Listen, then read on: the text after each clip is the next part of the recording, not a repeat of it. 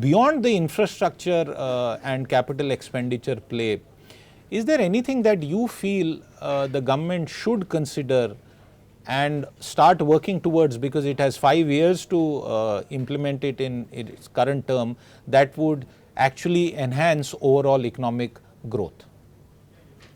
I think two things, Siddharth, I would like to say. We have been talking about infrastructure and particularly PPP. We have been discussing, all of us, in last half an hour. I think for PPP to be successful, we need our banking sector to be more matured and more efficient and more smarter. So I think their government needs to focus. Of course, government will have to work it through RBI, but I think that is something that we need to focus at to make our infrastructure PPP model successful. The maturity of our banking sector, the capacity of our banking sector to take risk has to increase. And The that is RBI something seems which to be going in the other direction, Vaibhav.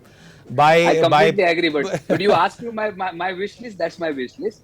And second, government will have to, of course, look at how do government tries to uh, give more spending capacity to the middle class and the consumer to large extent to Okay. in at least short term. So Okay. that I think these are two things which I would expect that government should focus for next 5 years on this. One more point, if I may allow to say on railway, I think to begin with, I think one big good thing that has happened, that probably in last 5 years, at least railway bogie manufacturing has, the private sector has started coming into. I think let's look at it as one positive state towards private sector participating in railway. Till now, we have only government wagon factories making wagons. So that's one. Two, government can initially, if not complete PPP, look at HAM as the initial model in railway. Let's begin somewhere.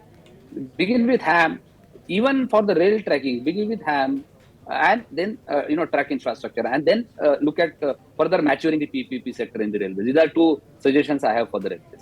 One quick final comment from you, Manish, especially with that RBI draft sort of proposal doing the rounds. Is that going to be a significant concern, or will it be absorbed if it were to come true?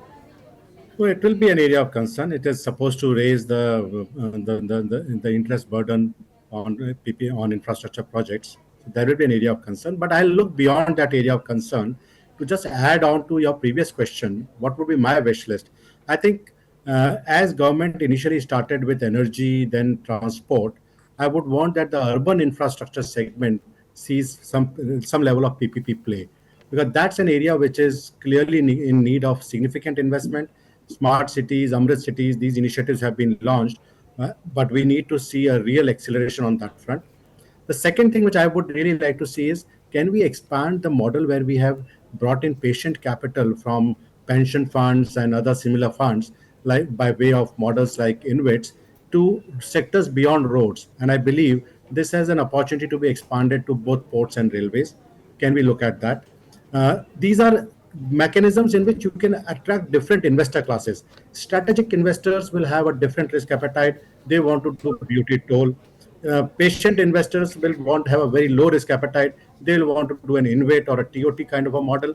We need to put in all these models, but learn from highway sector and expand that play into sectors beyond highways like ports and railway and urban infrastructure.